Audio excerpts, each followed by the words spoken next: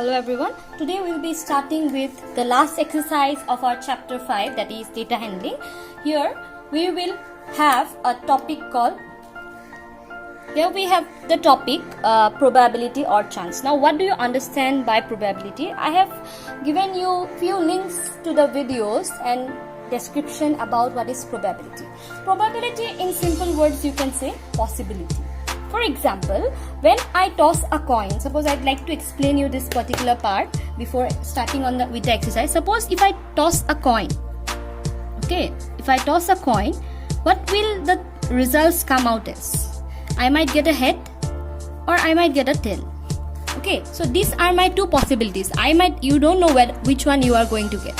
So these are the two possible outcomes, means results. So we are in probability, we say that these are the outcomes of the result. Now when we are tossing a coin, means we are doing something, it's called an event. The thing that we are doing, the activity that we are performing is called the event of the particular activity. So these two are the outcomes. While tossing a coin, how many outcomes are there? There are two outcomes. Now how do I find the probability for this? Now if I have to find a probability that I get a head, probability of suppose getting a head, I am writing it as P, you can also write as P of getting a head while tossing a coin. How do I find out? Now how many head are there when I toss one single coin? There is one, that is what I want, divided by the total number of outcomes. How many outcomes are there? 2. So probability of getting a head is 1 by 2. Even probability of getting a tail.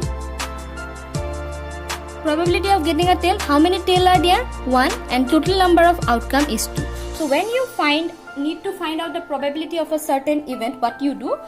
We have to first find out how many outcomes are there. So in this case you can see there are 2 outcomes, and so probability will be equal to the required number of outcome divided by the total number of outcomes. So as we continue doing the exercise, you will get to understand the things more properly. So let's get started with question number 1. Okay, so what is given in question number 1? Let's see. List the outcomes you can see in this experience. Spinning a wheel. Now as you can see, there is a diagram in your textbook. I'll just draw the simpler one. Please, hope you don't mind, my circle is not properly drawn. Just I am drawing it so that you understand it. So this is my A, this is my B. There is an arrow in here. There is A, and there are 2 more sections here, D and C.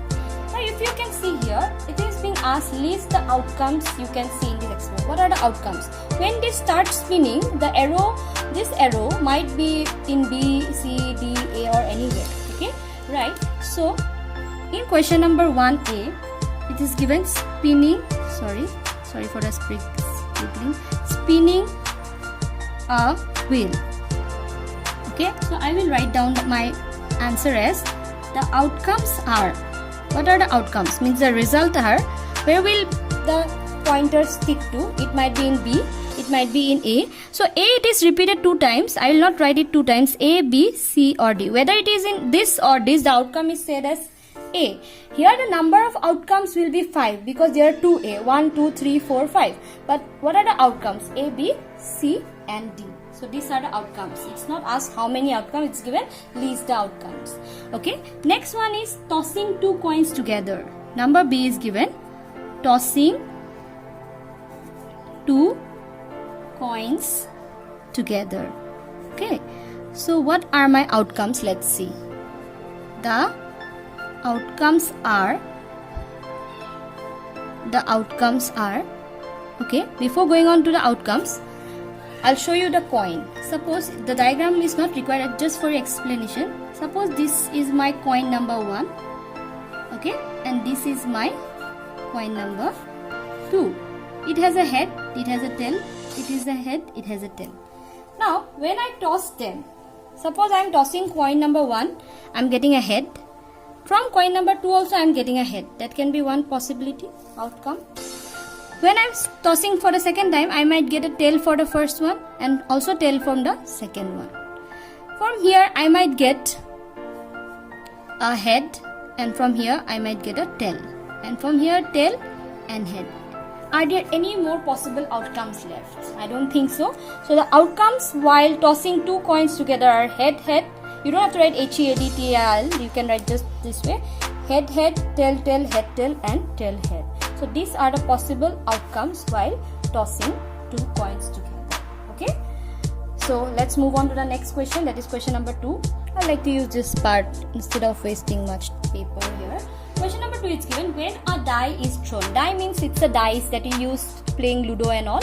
It's the plural form. When a die is thrown. Okay. When a die is thrown, list the outcomes of an event getting all of this. So now see, when a die is thrown. Okay. When a die is thrown, the outcomes are what? The outcomes are 1, 2, 3, 4, 5 and 6. Right? These are the outcomes that I get. Now, what happens here? I want the list of outcomes. Therefore, the list of outcomes of getting the particular thing. Okay. Number 1, A is given a prime number. Now when I throw a die, I'll get these possible outcomes, and out of this, which are the prime numbers? Let's see properly. I'm sorry. 1, it's not a prime number, so 2, 3 and 5. Okay, so these are my prime numbers. Number B, not a prime number.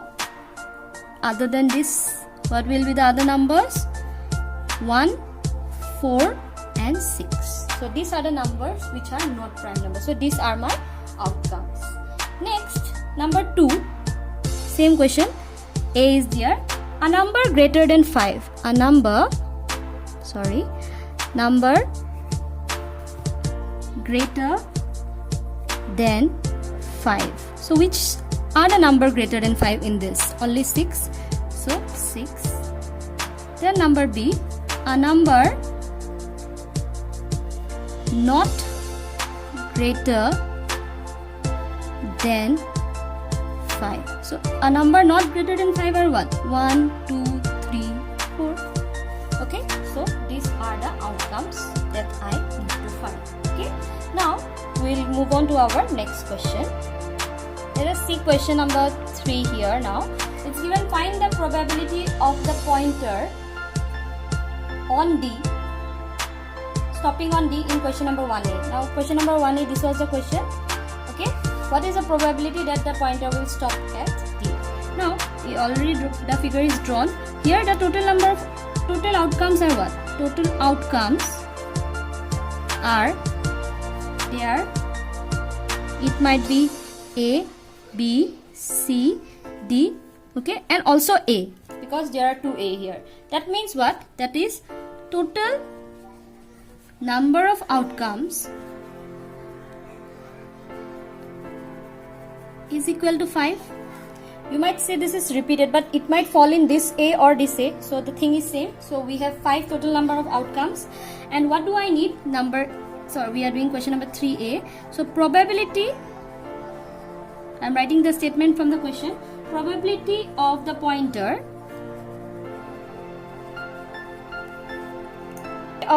stopping on D. So how many D are there? Only one D is there. So 1.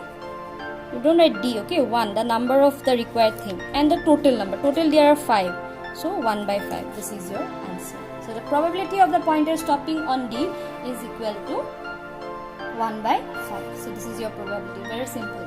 Next one, number B. You can see. Number B, it's given: find the probability of getting an ace from a well-shuffled deck of 52 playing cards. So in a pack of cards, there are 52 cards.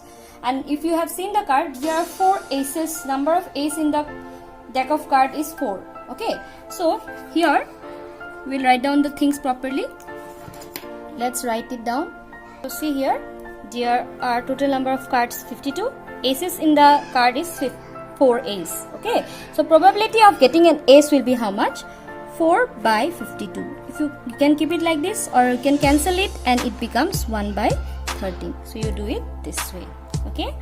Now let's move on to the next question, that is, I hope no one minds me using this particular space. Now the last one is probability of getting a red apple. So you can see a diagram given, a circle, and inside there are a few apples drawn. Okay. So GG it's written, means those are green apples, and RR it is written, so those are red apples. Okay. So let's write down that from the figure what are the things we can observe. From the figure we can observe the things: total number of apples. Total number of apples, if you count, it's 1, 2, 3, 4, 5, 6, 7. Okay.